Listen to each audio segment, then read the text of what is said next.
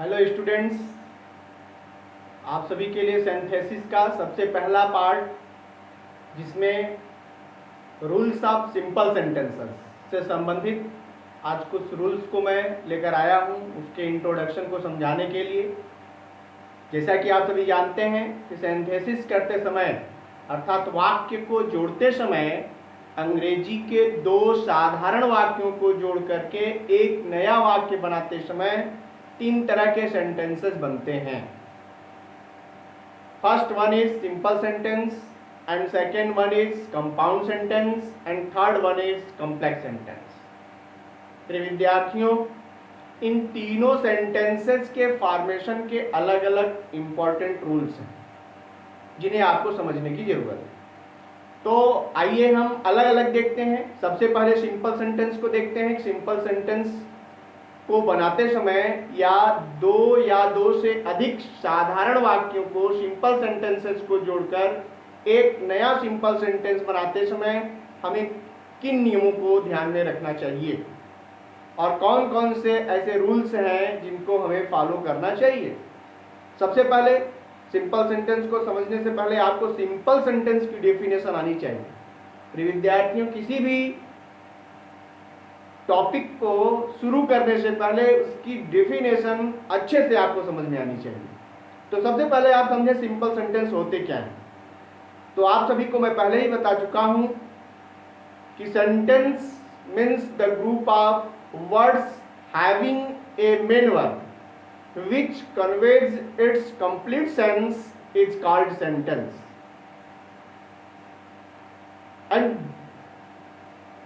And this is simple sentence because two another sentences, compound sentences or complex sentences are made with two clauses, यानी दो उपवाक्यों से बनने वाले दो sentence हैं, दो या दो से अधिक उपवाक्यों से मिलकर बनने वाले दो सेंटेंसेस हैं जिन्हें हम कॉम्प्लेक्स और कंपाउंड सेंटेंस कहते हैं। हिंदी में कॉम्प्लेक्स को मिश्रित वाक्य और कंपाउंड को संयुक्त वाक्य कहते हैं। लेकिन सिंपल सेंटेंस वह सेंटेंस है जो शब्दों का समूह है और उसमें एक मुख्य क्रिया अवश्य होती है और एक से अधिक मुख्य क्रिया नहीं होती। यह भी आपको ध्यान देना होगा कि सिंपल सेंटेंस में केवल और केवल एक ही फाइनाइट वर्ब, मेन वर्ब जिसको मैं कह रहा हूं क्या है, फाइनाइट वर्ब, सीमित क्रिया होनी चाहिए। जैसा कि आप एग्जांपल से समझ लेंगे, पहले आप इसको देखें। कुछ चीजों को मैंने बोर्ड पर लिख रखा है, इनसे आप अपना कॉन्सेप्ट क्लियर करने का प्रयास करें। यह सिंथेसिस का सबसे पहला रूल है to combine two or more than two simple sentences into a new simple sentence। दो या दो से अधिक सिंपल सेंटेंसेस यानी साधारण वाक्यों को जोड़कर एक नया साधारण वाक्य बनाने का नियम। इनमें किन चीजों को ध्यान रखना चाहिए? प्रिय विद्यार्थियों, आप एक बात ध्यान से समझें कि जब सिंपल सेंटेंस होगा, ये इसकी डेफिनेशन है कि यदि सिंपल सेंटेंस है तो उसमें केवल और केवल एक फाइनाइट वर्ब होना चाहिए, एक से अधिक नहीं होना चाहिए। जैसे आप देखें यहाँ पर, ये एक सब्जेक्ट है, ये वर्ब है, this is the finite verb, और ये ऑब्जेक्ट है। ये जो फाइनाइट वर्ब है ये केवल एक ही होना चाहिए सिंपल सेंटेंस में। इसमें देखें आप, एक सिंपल सेंटेंस और केवल एक जरूर होना चाहिए, क्योंकि बिना इसके सिंपल सेंटेंस बन नहीं सकता। और इससे अधिक सिंपल सेंटेंस में फाइनाइट वर्ब केवल एक होगा, नॉन फाइनाइट वर्ब शायद इतने हो सकते हैं।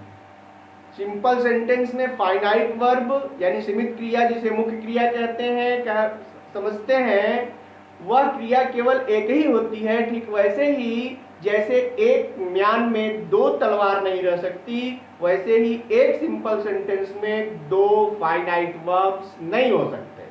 इस बात को आपको हमेशा ध्यान में रखना चाहिए। तो इस तरह से आपने यहाँ देखा कि एक फाइनाइट वर्ब है जो मुख्य क्रिया के रूप में यहाँ प्रयोग की गई है। ये एक सिंपल सेंटेंस है, यानी ये अपने आप में पूरा सिंपल सेंटेंस है।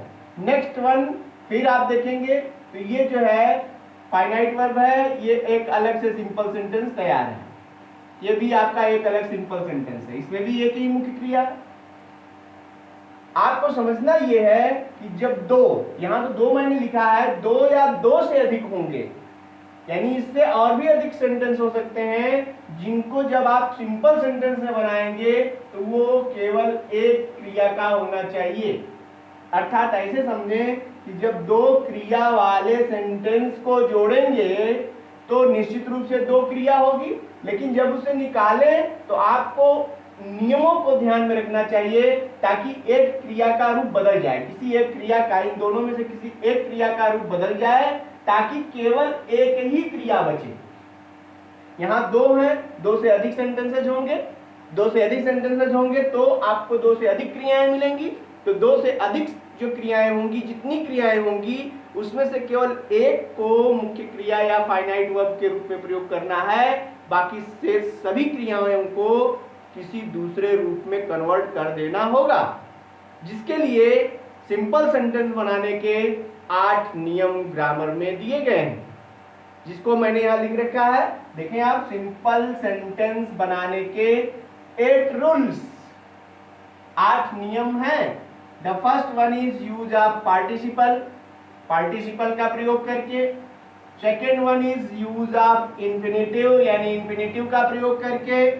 Third one is use of nominative absolute, nominative absolute यानी स्वतंत्र कर्ता का प्रयोग करके। Use of prepositions before noun और जिरंड, संज्ञा या जिरंड के पहले प्रीपोजिशन का प्रयोग करके। यूज ऑफ नाउन और फ्रेज इन अपोजिशन, नाउन या फ्रेज इन अपोजिशन के का प्रयोग करके, अपोजिशन माने अगल बगल प्रयोग करके, यानी नाउन हो या फ्रेज हो उसको अगल बगल प्रयोग करके। यूज ऑफ एडवर्ब और एडवर्बियल फ्रेज का, यूज ऑफ एडवर्ब और एडवर्बियल फ्रेज यानी एडवर्ब और एडवर्बियल फ्रेज का प्रयोग करके। नेक्स्ट है यूज ऑफ एडजेक्टिव, एडजेक्टिव का प्रयोग करके। नेक्स्ट है यूज ऑफ कंजक्शन एंड। ये हुए आपके 8 रूल्स। इनके अलग अलग नियम जोड़ते समय हमें किस तरह से जोड़ना चाहिए, इनके अलग अलग नियमों को अलग से अलग अलग वीडियो में मैं दूंगा ताकि आपका कॉन्सेप्ट अच्छे से क्लियर हो सके। प्रिय विद्यार्थियों, प्रत्येक के यूज के पर्टिकुलर जो है रूल्स हैं जिन्हें आपको फॉलो करना चाहिए जब आपको सेंटेंसेस को जोड़कर एक नया सेंटेंस बनाना है। प्रिय विद्यार्थियों, सेंटेंस निर्माण करते समय जितने भी वाक्य आप बोलते हैं वो मात्र 3 सेंटेंसेस में होते हैं। According to the rules of formation of sentences, the sentences are only 3 kinds. First one is simple sentence, second one is complex sentence and third one is compound sentence. तो आप सिंपल सेंटेंस कैसे बनाएंगे, इन सभी नियमों को बारी बारी से देखेंगे। एक एग्जाम्पल देकर करके मैं आपको ये समझाने का प्रयास करूंगा कि कैसे 2 क्रियाओं को हटाकर एक क्रिया को लेना है सिंपल सेंटेंस बनाते समय। आइए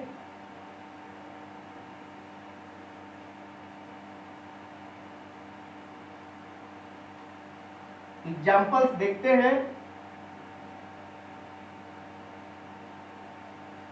एक एग्जाम्पल लेकर देखते हैं कि सिंपल सेंटेंस बनाते समय कौन सी सावधानी बरतनी है। जैसे 2 सेंटेंस है, सी सा ए स्नेक,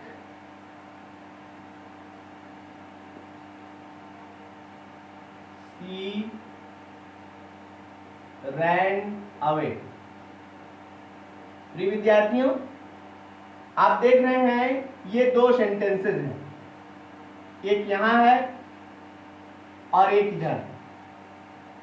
इन दोनों सेंटेंसेस को हमने इंगित किया है, ये फार्मूला है आपको समझने के लिए कि जब भी एक सेंटेंस होगा तो उसमें एक क्रिया होगी। सिंपल सेंटेंस, एक सिंपल सेंटेंस होगा तो एक क्रिया होगी, जिसको जोड़ते समय जब आप सिंपल सेंटेंस बनाएंगे तो केवल एक ही क्रिया रखनी है, शेष क्रिया का रूप बदल देना है। तो इसके लिए आपको 8 नियम मैंने बताया, उनके अलग अलग वीडियोज आपको दिया जाएगा। पहले आप यहां समझें कि जैसे ये सब्जेक्ट है, ये वर्ब है, ये ऑब्जेक्ट है। एक सेंटेंस आप यहां देख लीजिए और एक सेंटेंस इसमें है सब्जेक्ट और वर्ब। इसे हम ऑब्जेक्ट नहीं कह सकते, ये केवल सब्जेक्ट और वर्ब के ही रूप में है, मान लीजिए इसमें ऑब्जेक्ट नहीं है। जब आप इसको जोड़ेंगे, यदि रहता तो रहता, ऑब्जेक्ट नहीं है तो जोड़ते समय हमें केवल ध्यान देना है वर्ब को। जब भी वर्ब हम जोड़ेंगे दोनों को, तो इसमें वर्ब जो है वो केवल एक ही रहना चाहिए, मेन वर्ब एक बचना चाहिए और दूसरा वर्ब का रूप बदल दिया जाना चाहिए। फिर विद्यार्थियों, इन दोनों सेंटेंसेस को देखेंगे तो यहाँ पर रूल लागू होता है पार्टिसिपल का, क्योंकि आप पार्टिसिपल के रूल को जब पढ़ेंगे तो समझ में आ जाएगा। पार्टिसिपल 3 है, प्रेजेंट पार्टिसिपल, पास्ट पार्टिसिपल और परफेक्ट पार्टिसिपल। प्रेजेंट पार्टिसिपल का प्रयोग तब किया जाता है जब दोनों वाक्यों की क्रियाओं में एक दूसरे, एक के बाद दूसरा या एक क्रिया का परिणाम दूसरी क्रिया हो, या एक क्रिया के साथ साथ दूसरी क्रिया हो रही हो, without any interval, without any gap. यदि क्रियाओं का होना पाया गया तो आप पहले होने वाली क्रिया को प्रेजेंट पार्टिसिपल में बदल दीजिए, ऐसा पार्टिसिपल का रूल है। तो जब आप इस नियम को समझते रहेंगे तो इसमें से एक क्रिया का रूप बदलने के लिए आपको पार्टिसिपल का प्रयोग करना पड़ेगा। यानी एक फाइनाइट वर्ब रह जाएगी और दूसरी क्रिया को नॉन फाइनाइट बदल दिया जाएगा। जैसा कि आप नॉन फाइनाइट के बारे में जानते हैं कि नॉन फाइनाइट की क्रियाएं जो होती हैं बनती तो वर्ब से हैं, लेकिन वो एडजेक्टिव या एडवर्ब का काम करती हैं, इसलिए वो वर्ब नहीं रह गई, नॉन फाइनाइट वर्ब हो गई। उसके ऊपर सब्जेक्ट और टेंस का कोई प्रभाव नहीं पड़ता है। तो इस प्रकार इनको जोड़ते समय आपको पार्टिसिपल का प्रयोग करना होगा और ये बन जाएगा, क्योंकि सब्जेक्ट दोनों के सेम हैं इसलिए एक सब्जेक्ट रह जाएगा और दोनों का कॉमन हो गया तो एक सब्जेक्ट रह जाएगा और पहले होने वाली क्रिया है साथ, तो इसको प्रेजेंट फॉर्म में बनाएंगे तो वर्ब के फर्स्ट फॉर्म में आईएनजी लग जाएगा, हो जाएगा seeing a snake, comma she ran away.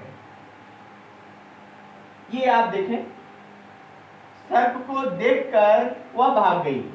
अब आप देखेंगे कि ये जो है ये अब सेंटेंस नहीं रहा, पूरा का पूरा सेंटेंस अब जो है वो फ्रेज बन गया है और ये सेंटेंस रह गया।